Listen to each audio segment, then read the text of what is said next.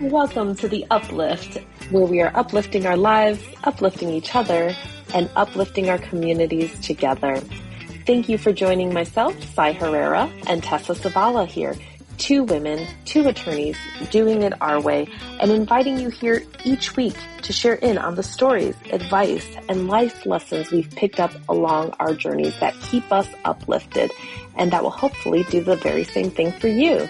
Now buckle in and let's get ready to be uplifted. Hello, everyone. As always, I am Tessa, and I am joined by the amazing and wonderful, and I am so glad to hear her voice this morning, Cy. Hello, hello. So happy to be here on the Uplift with you, Tessa. I'm so excited for our chat. Me too. It is, another wild and crazy day in the United States of America, even though I'm not even sure if we could call it the United States of America anymore, but I am It's a loaded hopeful. title. I am hopeful and I am optimistic that it can be reclaimed. Yes, we need that optimism now more than ever. Oh, we do. And I also feel like I need a lot more, I don't know if I want to call it downtime or Rest, self-care, restoration yes. than I Yeah, oh, ever rest and have. restoration, yes. But I also feel, and I feel like for some reason, because of everything that's going on, which I think has added layers of stress to like just everyday basic human things like going to the grocery store or getting gas, Mm, that I need more self-care, but I also feel really guilty about it because I'm like, mm, oh my God, I could be doing more. I could be doing this. I could be helping mm, this person or helping that person or helping this mm. cause. And it's such a time of need. But then I realize, stop. This is what we've always talked about on this podcast, is that if we're not restoring ourselves, we're no good to other people. Exactly. But And restoring ourselves is a form of rebellion, as you always say, and is a form yes, of resistance. And the yes. the way that we are going to improve the world is one person at a time. I almost want to say like one self at a time. You're so right. It reminds me of that. I'm not going to get the quote right, and I'm pretty sure it's Nietzsche who says, "When you are, be careful when you're fighting monsters to not become a monster yourself." Exactly. I was going to say period. That is just correct and accurate. Yes, I mean, it really is easy to do so. It really, really is. It's the temptation of it all. Because, that is letting the other force define the game. So we Yeah. have to remember what the actual, I don't want to call it the game, but we have to remember that this is a field that we determine. Yes. And I feel as though it is so easy to slip into the mindset that it is happening to us as opposed to Mm. we're able to be an active participant in this country. So weird, Mhm. right? Like I never thought I'd have to like in my lifetime describe democracy as something that we actually get to participate in as opposed to we have been removed from it. The things we took for granted, yeah. Yes, yes. So, Yeah. if I get deported, just, call a good lawyer for me. Same. I mean, depending on where I get deported to, I might want to stay. That's true. I am kind of like, if you could deport me to my mother country or my birth country, I'm okay.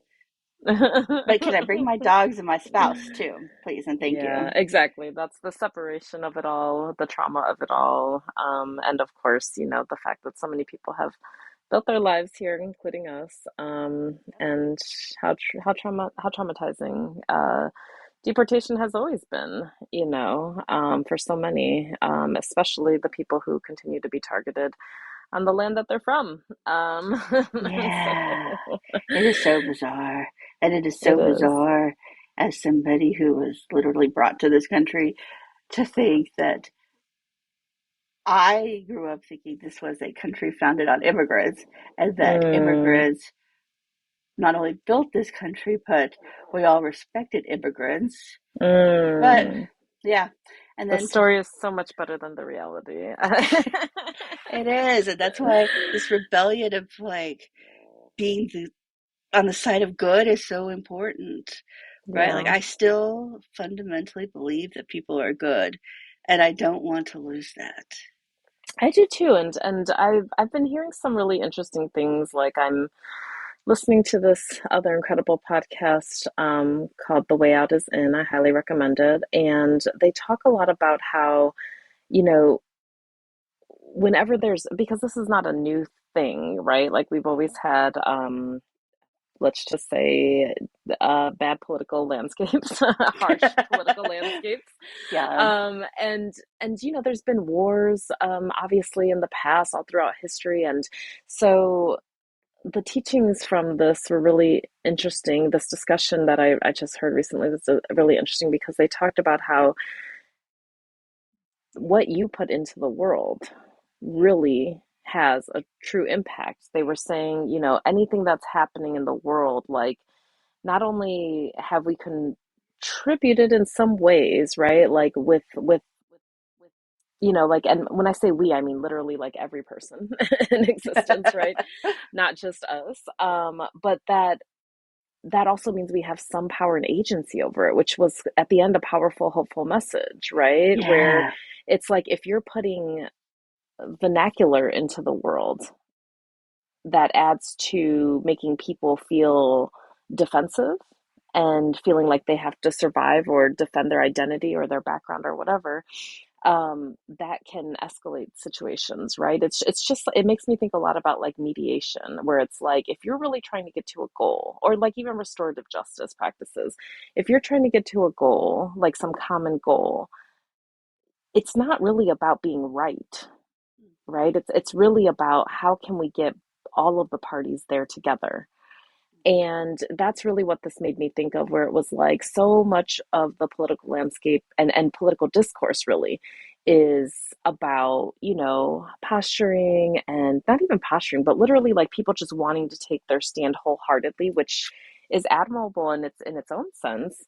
But it really does like trigger other people. So when you say I, see humanity and goodness in people still, I'm with you. And I feel like we need that hope, and we need to understand that like we have to see the humanity in each other, because if we do, then we could see that, if someone is acting in a way that is harmful to other people, there's a reason. Right? It's not just necessarily that they're just evil people that were born Yeah. evil. And they might be so far gone that we don't know. Like I feel like in politics they always say like, you get what you can get out of this person, and that's all that the best that you can hope for, kind of thing. But I really think it's a pragmatic, interesting perspective to think about, like, this person is a human being with natural human instincts, and they have to survive, and so they are going to react based on the threats, that are Yep. presented to them. Now, some of these threats are perceived in a way that is unfair, obviously, that are built on, ignorance, and just a lot of preconceptions, right, that are untrue. Or even Um, trauma to themselves, right? Like, and very much trauma, yeah, very much trauma, and that's one way that I see the humanity in all people, because I think we can all relate to the fact that there's trauma in the world, and that we have all developed as people in ways really to survive our trauma. And so whenever somebody else is doing something, or even like in the larger meta, like political landscape way of it all, I always think like, what happened to you? What yeah, did the world do to you, yeah, to make you act this way? And I do try to see the humanity in people now. That doesn't excuse their behavior whatsoever. Like even in a interpersonal level, if you're in a relationship with somebody who is hurting you and abusing you in some way, mentally, emotionally, verbally, physically, financially, sexually, in any way, um, you can see their humanity and also say, this is unacceptable. And yes, I will not expose myself to this. yes, you And could it's do, your job to do the work, right? yes, And maybe there are ways that I can, like, in the, you can have a positive impact in the world. Sometimes the positive impact is literally protecting yourself, putting up boundaries, like doing all of the things that are right for you. And frankly, the reason I'm saying all of this is because I have always, not always, but I have definitely, come to this interesting conclusion with my past and my perspective in interpersonal violence, that, my relationship with this country is abusive. It's an abusive relationship, and and it's not just now. It's been that way since colonization for Yep. for me and my people. And so Yep. that abusive relationship, I think about like, well, how do you deal with an abusive relationship? And so first of all, I think it's very very apt for our conversation today, which is you must take care of yourself. Mhm. You must take care of yourself. It's an absolute must. And you have to, put as many boundaries up as you can to protect yourself. Um, and that can ultimately include like, safety planning, getting safe as best as you can. Like, I really think that there's so many lessons that we can take from the wisdom of, folks who have, through generations, tried to figure out ways to deal with intimate partner violence in this context as well. And one of the main ones is centering yourself and your wellness and your well-being. This reminds me, I came to a similar realization a couple weeks ago watching our three dogs while they were eating dinner. Our youngest puppy's barely a year old, and he takes it upon himself to attack the older pug if the beagle mix gets anywhere near him while he's eating his food. So he will run across the length of the kitchen Mm. to attack the older pug because he feels a threat. And I'm like, huh, this looks oddly familiar to what I see on the news lately, right? Like, let's find the most vulnerable and attack. And Yep. then, I realized that he's fearing the threat of having his food taken from him by the beagle, Mm. and he's just acting out, and he's probably tired and grouchy and all the things because he's a puppy and doesn't know when to like stop, Mm. which makes him the perfect example of why you need self-care because Yes. puppies get grouchy and puppies start biting and all sorts of things Yeah. and get destructive when they're grouchy and then need the self-care. I have been Well, trying to also the emotional immaturity that you mentioned in a puppy too is a fact. there's that too. Yeah. You know, he's funny. I have noticed the most interesting trick is that if I switch to Swedish, he Mm-hmm. calms down. And I think it's something in Really? the cadence of Swedish, which is very, Wow. It's melodic. yes, and it's very Oh, soothing. And I wow. think they say if you speak multiple languages, you have different personality traits in each language For come sure. to the Yeah. top. And I think Swedish is always very, very soothing when I'm speaking Swedish too, because it's like the language of my childhood. Mm. And I think that Yeah. it probably calms me, it calms him. And the Mm. voice in my head is usually in Swedish. So I'm starting to think, maybe I should just randomly start speaking Swedish to people who annoy There me. you go. Yes. And actually that will, yeah, hopefully make it so they don't have to talk to you anymore. Yeah, Stop annoying win win. you. Win win. So tell me, Tessa, what have you been doing what have you been doing to take care of yourself I lately? have started to try to keep a list of the self care I do every day, no matter how Mm. small it is, because I Mm. think it's a good reminder that A, I've done it, and B, recognizing that even the smallest steps you take are Mm-hmm. acts of self care and are so important to this rebellion of, you know, kindness and fairness and fundamental equity and diversity and inclusion Compassion. and passion. Yeah. So it's been everything from like small things to just, the days that I work from home, my Mm-hmm. breaking from, the usual legal work, I go outside and I walk in the garden. Soothing. It can be 5 minutes and it is centering. Or it's Oh yeah. stopping and playing with the dog. Making dinner as opposed to like, oh, it's been a horrible day, let's just do takeaway. Instead, just like that act of like stopping and slowing down. And maybe that's really the most important for me. It's that notion that when everything is crazy and loud and hectic in the world, I need to do things that just slow and calm Mm. and quiet because that's what works for me and my personality. How about you? What have you Yeah. been doing to like restore yourself? I love that. Well, I'm so glad to hear you're taking care of my friend. It's always good to Oh, hear. And it's a wonderful culture to promulgate into the world. So thank you for doing that work. And I don't even want to call it work anymore because work sounds so terrible. Thank you for doing that healing care for yourself and for my friend. And And it's a I gift would, for ourselves and yeah, others too. absolutely, absolutely. Um, for me, I mean, my first step was I'm a top-down type of integrator, if you will. So, I've learned a lot about integration lately, about, integrating your mind, body, spirit all together, kind of aligning them. And for me, I'm always top-down because I'm intellectual, right? So I think brain first, always. And so, for me, my first step was actually proclaiming and proclaiming it for myself and deciding for myself. I am entering my rest and healing era. And that's my first step is consciously making that choice, right? And so that came about through taking time off. So I had the very, very, very needed privilege of taking 3 whole weeks off over the break, and that break finally got me to a place where I actually felt rested. And the feeling, I think, is the interesting thing to me. It was kind of a little breakthrough for me because, again, like I'm a top down thinker, top down integrator. Like I think I can kind of like, logic my way out of everything. I can think my way out of everything.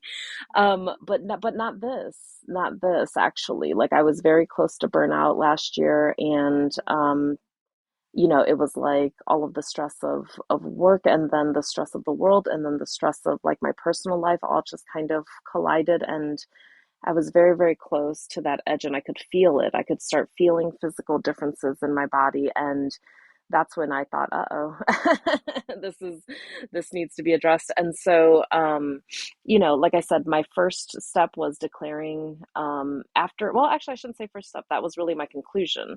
The first thing that really shifted for me was feeling rested. So just taking time and deciding like, hey, my baby has this time off. I'm going to take this time off. I have the ability to take this time off. There's so many years where I have PTO that builds up and I never, ever, ever use it. Right. And I thought this year, I'm going to use it. Like we're winding down the year. I'm going to spend as much time as I can with my baby. She really was my motivation. And and so I took that time and I had no idea how much I really, really needed it. I mean, I guess on some level I did, but not consciously. And when I took that time off and I literally just started to untangle myself from all the things that I do, um, I finally was able to rest truly and feel rested. And I realized I hadn't felt that feeling for like 5 years. Cynthia. I know. And so it's wild, but I mean it really became like a realization that I had not known, I had not understood, physically did not understand that I was not resting. I thought I was resting because, I'll go, like lay on the couch. I'll sleep at night. Like these are the things that I think I need to do to rest. But I had no idea that like things were building inside of me and that I really couldn't get to rest the way that I used to before until I took all that time, and it really helped me to like unwind, unplug, and get to that place where I could truly like relax and rest and get to a rested place. And so once I felt that, it became something that I was like, oh, I remember this feeling. I know this feeling and I need more of it. And then a friend suggested I go on a little, 1 day healing, kind of, I guess you can call it a retreat or, just like a session of some sort. And then I got a little bit of like this taste of like, oh, healing. This is what I need. I need more of this. And so from there, I decided, yes, I am entering this era, intentionally, consciously. And so I tell other people because this is one of the ways that I hold myself accountable. This is what I'm doing. And it works, like for my birthday, my good friends bought me a certificate to a place that has like all different forms of healing, sound baths, yoga, and all kinds of cool things. And they were just like, for your rest and healing era. And I'm like, yes, like I'm spreading it outside of me and it comes back to me. And so that's been incredible. And Truly, like for me, again, top down, for me, I have to be conscious and thinking about something for it to start happening, practically in my practice. And so now some of the things that I've been doing to rest are literally I put it on my calendar, which, I've done this in different ways before, but one of the things that has really changed for me is I only have things on my calendar that are real. And this was a big one for me because I'm so aspirational that I would put like, I mean, sometimes I would put two or three things at the same time and somehow think that I was going to do them all at the same time. Have you been cloned? Do they clone people? In my mind, yes. In No. my mind, this is a possible thing. And so this is really how my calendar was. And I just realized, like, taking a look back and being like, if my priority is rest and healing, what does my calendar look like to reflect that? What does my daily practice look like to reflect that? Right. And so Yeah. when I looked at my calendar, I realized, like, this is not rest and healing. This is giving, overworked. This is giving like insane. This is giving like too much. And so I started making it real, and I started just taking everything off my calendar that was not real or that was aspirational or ambitious or just beyond my means, really. Right. And I said, let me focus. And the focus has changed things entirely. And the reason why I'm focusing is because I am, again, centering my health and wellness, my rest and healing, right? So I literally put a big chunk in the mornings of this is my rest and healing period every day. So I put 2 hours every day for myself in the morning, which I've never had in my life, and it has been incredible. Good Even for if I want to go back to you. sleep, I'm like, I'm resting. If Yep. I want to listen to my podcast, I'm resting. If I want to just close my eyes, I'm resting. If I want to listen to a healing, meditation, I'm healing. But I am being intentional about that. And then I have also set, boundaries. With my work, I used to check all my messages all day long, and I feel like I was putting myself in a state of constant panic, Yep. which I didn't even realize, until again, I felt rested. And then I realized, oh, I have been feeling panicked this whole time. Yep. So what is causing that? Right. And so now when you see my, little team's message all the time, it says, my normal working hours are from 9:30 to 5:30. I will be checking my messages between 10 a.m. and 11 a.m. and then again at 4 and 5 p.m. If you have an urgent matter, this is how you can, reach me. And Good and I'm job. and I'm sticking to it, which is really the most amazing thing. But see, this is the thing is like I have tried these things, like I've tried time blocking, I've tried all these different tips and tricks that people have given me before, but it's never really worked. And here's why, in my conclusion. My conclusion is that it has never worked because I had not decided that this was the priority. That's deep. I Yeah. it's true. Like in my entire life, my priority has been, and I'm just, this is the other things that I have been doing are going to an incredible curandera therapist who has been life changing for me, and just getting more rest so that I can be more clear and more calm and more centered. But what I realize, my conclusion now is that before this moment in my life, I have been prioritizing my proving of my worthiness, if that makes sense, right? Like I have been, what is most important? That I accomplish things. What is most important? That I'm doing things, that I'm being busy, that I'm working towards some goal, that I'm going to be accomplished, right? And not consciously, frankly. Like, I mean, my personality, I thought I was like the cool laid back girl, but actually all of my actions have been towards this, Was right? the Like it, accomplishing and the all that goal hmm oriented stuff, was it hmm for yourself or was it because you wanted others to see you in a certain way? Well, see, that's the thing is like those are the things that's why you have to get in touch with the other parts of yourself, right? Because consciously, I'm thinking this is for me, like I'm doing what I want to do, this is my passion, all that stuff. But really that was really all just a facade. That was really all just a rationalization for the thing that was inside me, which was really, me trying to address the trauma of, not feeling like enough, obviously. Yeah. Like that's really the conclusion for me is like I've worked through these things where I felt like and understood finally that I have been operating from my programming, from all of from the things that we talk about all the time, from the socialization of of of everyone in a capitalist society, but especially in my case, the cultural layer of you work until you die. Like you work your ass off. We don't know anything else except work your fucking ass off. You know what I'm saying? So like,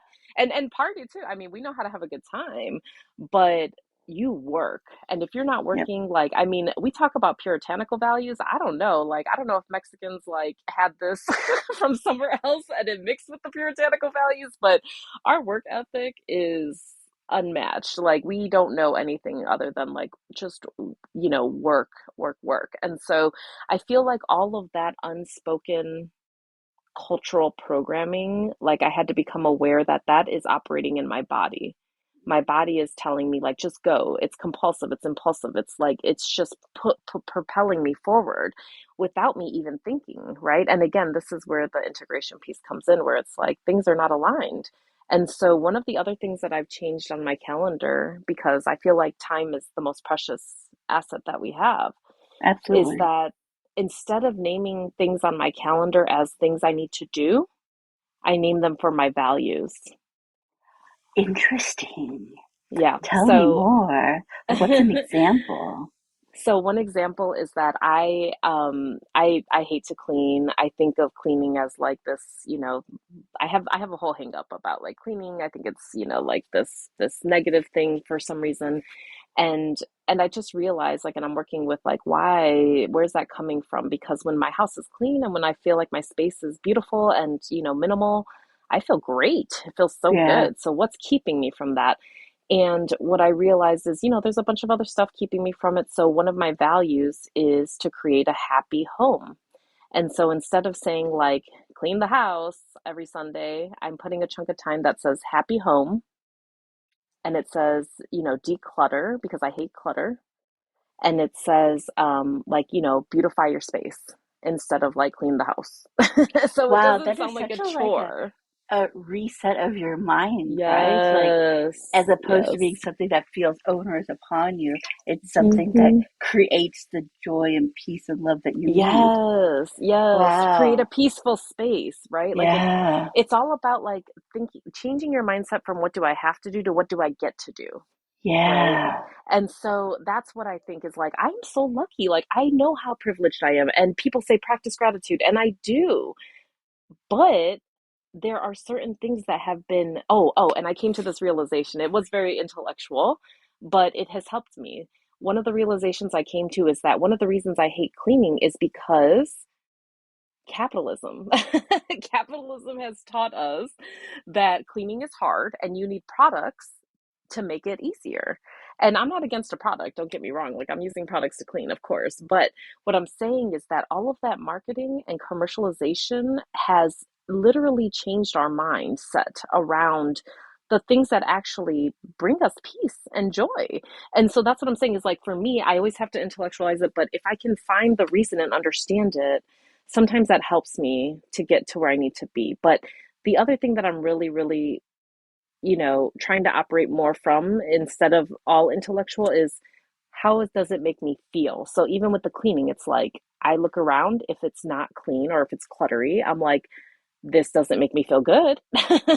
And when it is clutter free, I'm like, this makes me feel peaceful. And Yeah. I'm just literally noticing the difference of what makes me feel good and trying to really like, honestly like detach from a lot of the social programming. A lot of the social programming I find is the reason why I'm not aligned with my values. So thinking about the values that you have for yourself and for your life, not the things like you said that are for other people, that you're trying to live for someone else or impress somebody else or whatever, but what do you actually value, and making space for it. And what really shocked me is that on the weekends, I didn't really schedule my time on the weekends because I'm like, oh, free time. But when you have, for me, anyways, this is very specific, to me. I don't know how many people experience it this way either. But for me, if I have free time or just open time, there's only one of two things that will happen. Either I will, quote unquote, waste the time. I will forget about, all the things that actually matter to me and that I wanted to really do, even if they're for me. And I will waste the day away, or my day will get taken by other people and their needs and other things that come up and fires and emergencies and all the things, right? And so for me, what happens is if I set intention more, and for me that looks like I need a time block because I actually need the visual thing. That helps me to keep my intention and to be truthful and honest to myself. Does it always work every time 100%? No, it does not, but it has been really helpful. And what really shocked me is when I started scheduling out my free time, my weekend time, I literally filled up all that time with things that are important to me, things that I really want to spend my free time doing, like singing lessons, like making a happy home, like filling my home with nutritious food. Like these are the things that I'm like, I always put these on the back burner. They never get done. It never happens. And then that actually makes my life worse. And so I have to prioritize those things if they're actually important to me. And so, yeah, so just values alignment and matching my life to my values is actually the way that I have found is being effective for helping me to actually, really take care of myself better and to get the rest that I need. And even little things like, having that mindset that rest is good and rest is important, and wanting to feel that restful feeling again. Now, if I'm working from home and I get a little break because, let's say my call ends like, I don't know, 15 minutes early. Once in a while that will happen. Instead of like, oh, let me go check my email for 15 minutes and just basically doom scroll through my inbox. I just go lay in bed Good and it's job. amazing. It's so amazing. Like the impact that that has is so amazing that I would have never thought that that was important ever. I've noticed from my culture, which is very good about Mm-hmm. self-care, but Mm-hmm. it strongly conflicts with the culture in the United States of Mm. how success is defined in the United States is very late stage capitalism. I think it always has been, right? Like it is. Mm-hmm. I'll go so far, and this is clearly just my Swedish is speaking. It's a bit toxic. A little bit.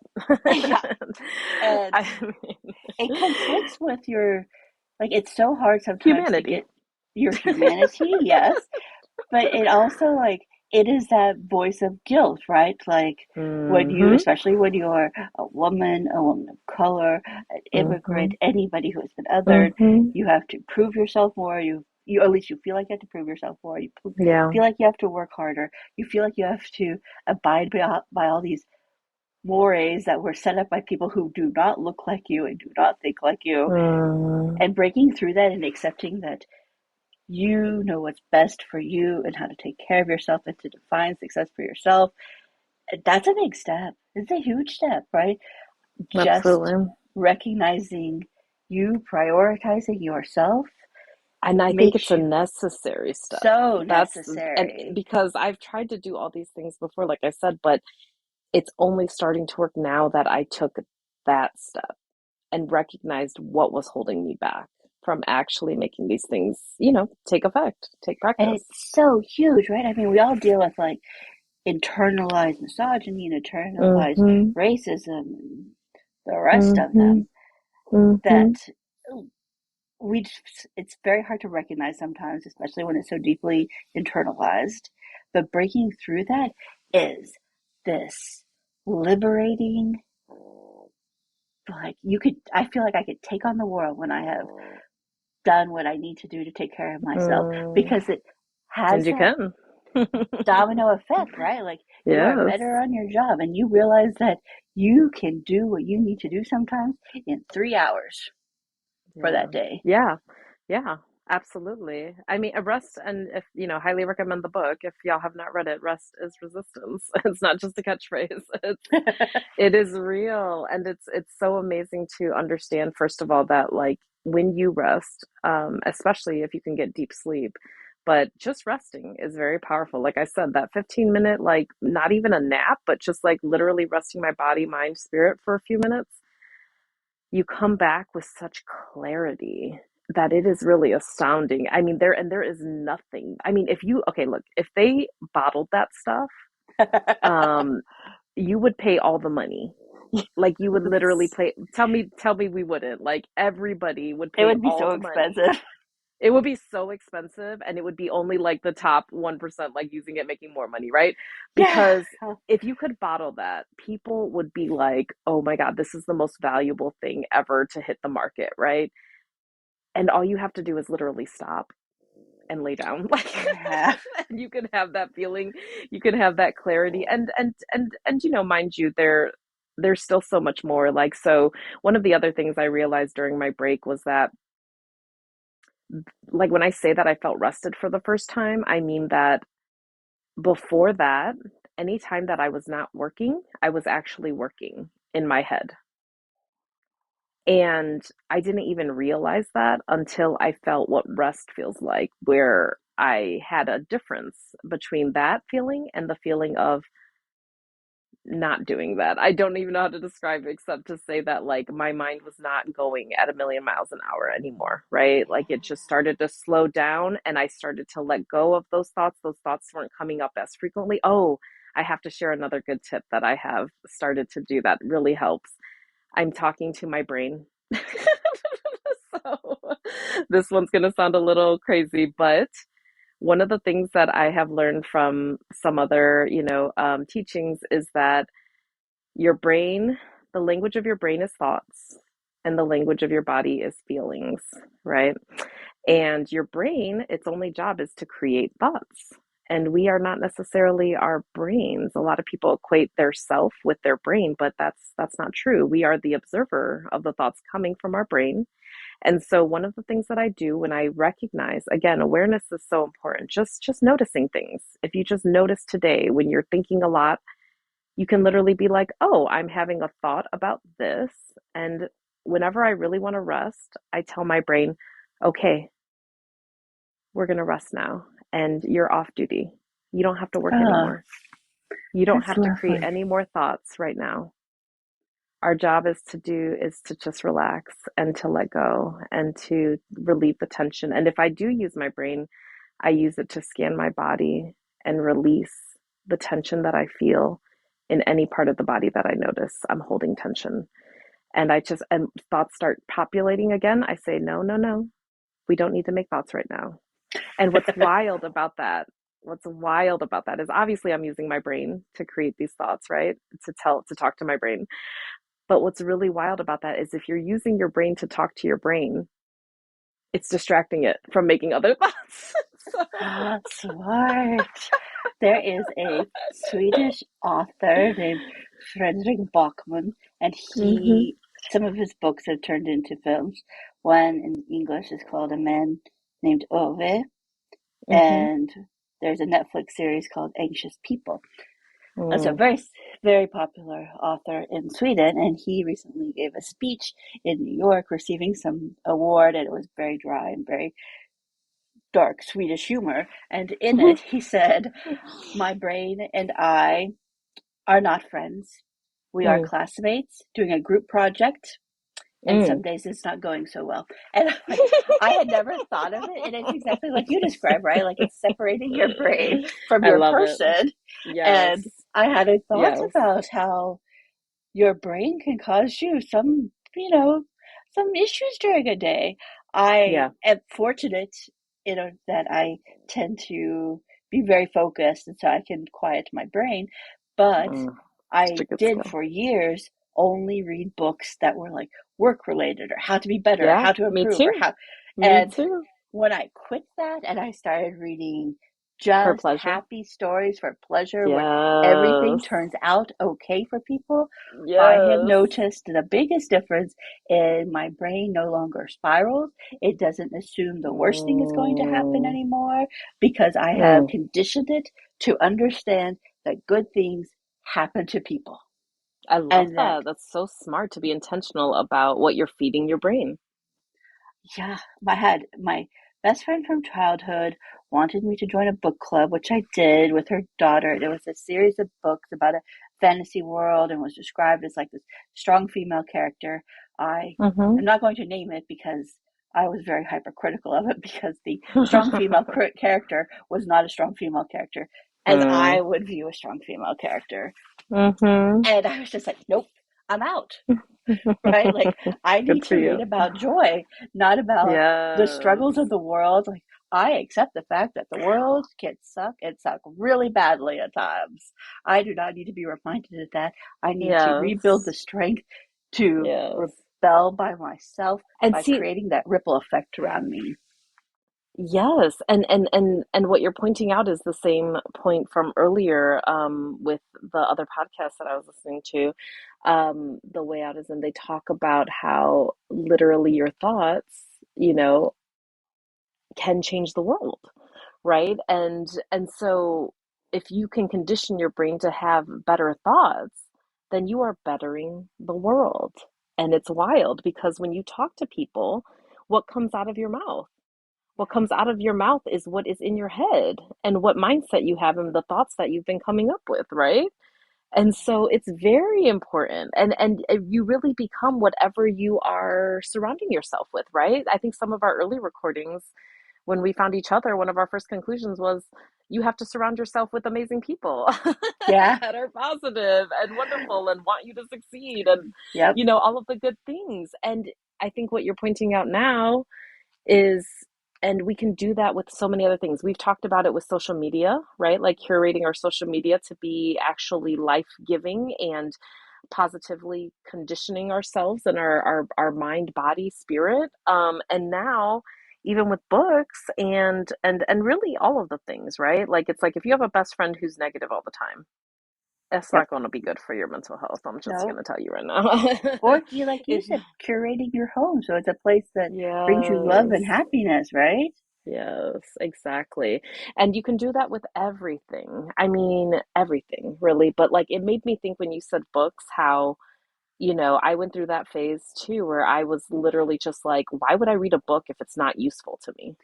Yep. Like, I mean, just like Oh, full 100% capitalist like mindset, honestly. I'm like, Like we my sound so worthiness. puritanical when we thought those Oh things. my God. Like I can't even believe that was me honestly anymore. But Same. it's just such an easy trap to fall into because if your worthiness has been told to you, you're told your worthiness in every way, in every Mm-hmm. messaging that your worthiness is tied to your productivity, Mm-hmm. then like literally you're thinking, let me be efficient as possible so that I can get to be worthy, right? Yeah. And people don't use those words, but I'm using them intentionally now to help highlight the fact and underscore and just literally reveal and expose that this is what society is messaging to us, right? But Oh, if yeah. you start to see the game for what it is and you start to decide that your worthiness is not tied to your productivity, that you are worthy because you are, then you can start to realize that like all of these other things that you do that are good for you are good for you, not for everyone else, right? It's not about take care of yourself so that you can make more money. Mm-hmm. It's not about take care of yourself so that you can be a productive member of society or Mm-hmm. literally, create wealth, um, or take care of other people even. It's good for you because it's good for you. And that's good enough. It's It something should that be good I for you. say to like ease me into that acceptance that it's for me and my unique value derives from me refilling and replenishing myself. I tell myself it's so that I can be a good citizen of Earth, right? Mm, So yeah. different, I think, in my mind, to I will be successful and I'll be a productive member of society. It is, I'm Mm-hmm. going to be good to the earth and good to Yeah. mankind, which vastly different than the messaging we got where the CEOs in this nation wake up at 5 a.m. and some wake up at 4 a.m. And I'm like, do these people even sleep? I remember first hearing that thinking, well, this is stupid. But two, I'm like, I don't even know if I believe it. And I don't think those people who do it are doing it for Mm. themselves. I think And they're why are doing they it. all putting it out there in the media at the Yes, same time? Oh my God, that's exactly. so, I did not clock that. That is so real. And because they want you to do it. It's always Yep, been, what should you be doing? yep. Not, there's different rules for us and them. And and the idea that there's an us in them to begin with is the thing that we need to dismantle, Oh, right? absolutely. Like the fact that they feel like they have to, program a society that is somehow beneath them, like that shows that they have a lot of work that needs to happen, Yes. a lot of healing that needs to Yes. happen. I want to get away from this word work because it's not work, it's actually a beautiful process. Yeah. Healing is the most beautiful thing that, you can experience when you're hurting, when you have been traumatized, when you have been programmed against your own well-being, right? We have all been programmed against our own well-being. So healing is the answer. And the other thing I just have to mention and that I have realized and I've mentioned before, but again, the rest was necessary for me even to get back here. But I think the opposite of, this programming, the opposite of productivity, productivity for the sake of productivity for other people's wealth, the opposite of that is creativity. And if you are not creating something, anything that brings you joy, then for me anyways, that means my conclusion in my own life experiences, that means that I am very oppressed in this moment. I have succumbed to the oppression in a way that I have given my life over to it, or sacrificed my life over to it, right? So whenever you're creating, that is you like, literally being in your creator energy. And if you can get to that place, to me, that is just a good signal that you are, you're doing it. You're doing well. You are doing some self-care, if you will, or whatever you want to call it. To me, that is the opposite of, these negative forces. So I just wanted to share that and hope that everybody has something that they can integrate into their lives that brings them It's that kind of joy. so interesting you mentioned that because I this morning read an article in Swedish newspaper about a woman in her 90s who says her longevity and her strength comes from every day she does sewing for like 2 hours, a Mm, needlepoint or like making something. And I'm like, I remember when I sewed a lot. I'm like, that creator energy in taking a piece of fabric and turning it into something else, super mm-hmm. powerful. And so Yeah. my latest projects have been to mend, like I, for years now, have enjoyed linen bedding, but linen bedding and dogs and humans, linen will tear. So I have started going old school, my great great grandparents in Sweden, hand Mm-hmm. embroidering things. So now at every Wow. tear, I'm embroidering like a flower or a heart or Oh, whatever I can come up with. A, I think sweet. that's good for sustainability. B, great for my Yes. creativity. And C, Yes. happy home. And I'm not having to go out there and Yes. source some, okay, what linen do I know was not created by Yeah. like 4-year-olds in some country. Mm-hmm. Mm-hmm. Yeah. Yes. And I love that it like, it aligns with your values again. Yeah. And it's finding that, like literally writing down your values can be helpful just to remind yourself. Another thing I've been doing is journaling, which again is something that I know is good for you. I've always said I'm going to do that and I don't do it. And now I'm doing it because I think my mind is more rested and it actually occurs to me like, oh, I should write that down. I have an idea, or I want to work something out, or I want to just like, see something, like I've been thinking about identity a lot. And so I started writing down like who I think I am. And then I will erase it and then I'll like edit it I frequently. love this. I also do it with people who I interact with that I Mm, find challenging for mm, my personality. I write down what I find challenging about them, and then I start to realize because I'm very analytical. I'm like, okay, this is a pattern. I know that every October this person's going to mm, get super grouchy. I have no idea what's going mm, on in that person's life, but I know October mm-hmm. they're not going to be kind and they're not going to realize that they are unkind. But when you break it down, and that only helped because I journaled it for so long, I noticed it Right, about other people. I noticed the right. times of years when I get irritated. It's like, I am not your best person to be around sometimes in the summer because 110 degrees in Texas does not really like suit my temperament well. And there's old school, like literally just paper and pen, keep it Yep, handy, like put it around your house. yep, There's also now, a friend of mine made this beautiful guided journal, where it like prompts you to think about things that you would otherwise not think about. very cool. And I can also suggest an app that I'm using. So I'm using, like I'm writing handwriting on my iPad now, and there's an app called Zinnia, and they have all the different kinds of journals in the app. So you can get like a healing prompting journal, you can get a self-reflection journal, you can, just have a blank one, you can have a planner. And that has just made the difference for me because it's handy. And It I is need things to handy. be handy. So, whatever works for you, like literally set yourself up for success. And isn't it And so lovely yeah, to now have the ability to write on an iPad so you're not love carrying it. around like an electronic device and a journal and this and that? Yes. We're finally transitioning out of the transition period. Yes. I'm excited for it. I'm here for that. It's wild, but I think that's the interesting thing is somebody else I was listening to said something really profound where they said, actually, I think I read a whole book. It's called Indistractable, highly recommend as well. Another thing I've been doing, as you can tell, is just literally doing more books that are, for my healing, Yeah. again, like in my healing era. And so this book, I like to use Audible and listen to the books. This book was great because it talked a little bit about how you can just, you know, make sure that your values are in the things that you're trying to do and have that mindset so that you can um, put things in place and, like I'm saying, set yourself up for success, basically. And so, one of the good tips from that was, you can make sure that all of your notifications serve you.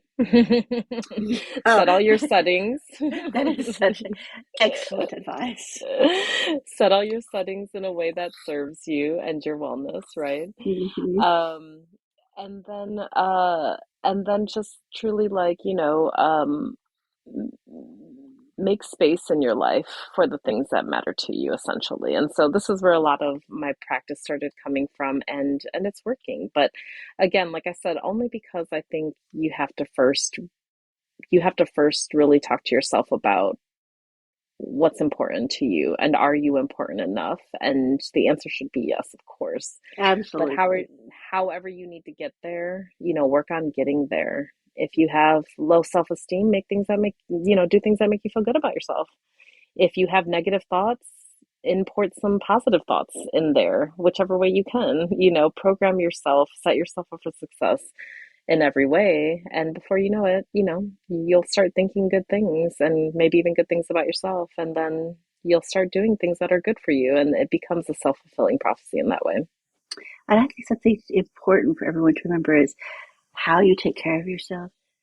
It only matters if it works for you. It doesn't matter if it Exactly. worked for somebody else. It doesn't Yes. matter if the person you admire most in the world says, Mm-hmm. this is what works for me. If it Mm-hmm. doesn't work for you, it's okay. And if anything, you have just learned that you are on your journey to find what works for you. And Yes, don't let absolutely. anyone guide you elsewhere. Yeah, yeah. And it's all, like I said before, I think it's all about like noticing what feels good actually. Yeah, So before this era, I was in my pleasure era, and I think it was because I was really trying to find what felt good. And it helped inform this era in my life, but that is really an exploration that nobody else can do except for you. yeah, Some people hate to read. The reading ain't going to help them. But exactly. some people, hate TV, and I'm a YouTube. I hate to use the word junkie, but I'm like, I'm all about it because I learned so much and it feeds my intellectual needs in a lot of ways, that books used to. And so it's truly like whatever feels good to you, you have to try it and then notice. Are you doing this because somebody else does it? Or are you doing it because it actually makes you feel more rested or makes you feel more healed or makes you feel more whole somehow? Um, knowing yourself in that way, like noticing is such an important key to the process too. And you have absolutely helped me today to remember, don't push myself until I'm about to totally burn out, to Mm, deep dive into self care. It's that, yes. that constant reminder that we have to stay on top of it, because it's an hour by hour, day by day kind of situation. Sometimes minute by minute, but Yes. Yes. recognizing it and not dismissing it is key, right? Because it's so easy to say, well, I just need to finish this one thing. I just need to see this one person. I just need to do that. Nope. We all need to stop and take care of ourselves. Yeah, absolutely. And one thing I can't recommend enough is doing something that helps you to have some self-reflection. So we talked about a lot of different things, like journaling, for example. But literally just sitting maybe after you're done working for the day, come sit in a quiet room and just sit and with no sound or distraction and just maybe, digest your day, let your mind wander, um, just observe how you're feeling and what makes you feel anxious, what makes you feel calm, what makes you feel scared. So much of the things that we do are really out of fear, but we just aren't in touch with it. We don't know what even fear feels like in our body. we're just We want to we're just avoid it at all reacting. costs. Yeah. We want to avoid it, so we don't even think about it, right? So Yeah. whatever that, like, I feel like when people talk about like meditation, it sounds like such a big thing that is hard to do, and you have to know how to do it, and you have to have a space for it and all that jazz. Even if it's coming home and you sit in your car for 5 extra minutes, Hmm. like I, literally just space to yourself, time to yourself. I, like maybe 15, 20 years ago, I got into meditation in law school, and then, start working as a lawyer. And then I realized, it isn't that formal meditative practice that I'd been taught. Right, And I right. started, of course, me being me, started reading books. I read a book series by, I think his name is Brad Thor, maybe. I Hmm. don't know. We might put it in the notes later if I remember. But anyway, he was a former punk rocker who then went to Japan and became a Zen Buddhist monk, right? Like, not Wow. many Americans actually like take the step to like go that far.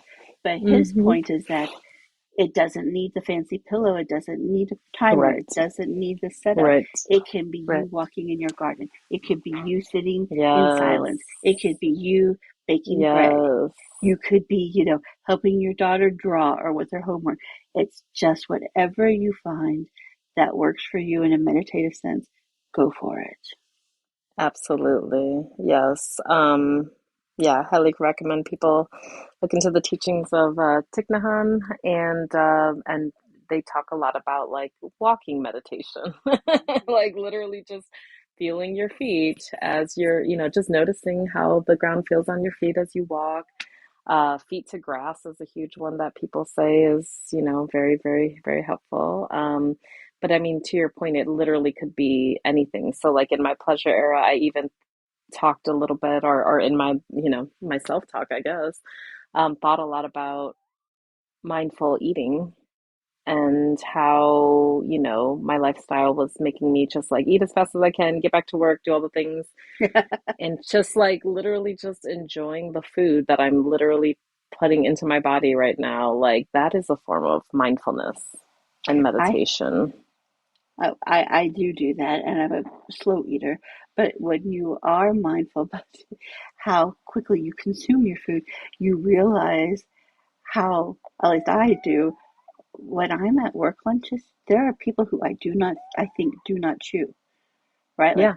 they put what I find to be a very large bite, but I have a tiny little Arctic mouth, in their mouth, and then I think they swallow it. I'm like, that's what my beagle does. Like, chew your food. I thought we were supposed to masticate like 64 times before we swallowed.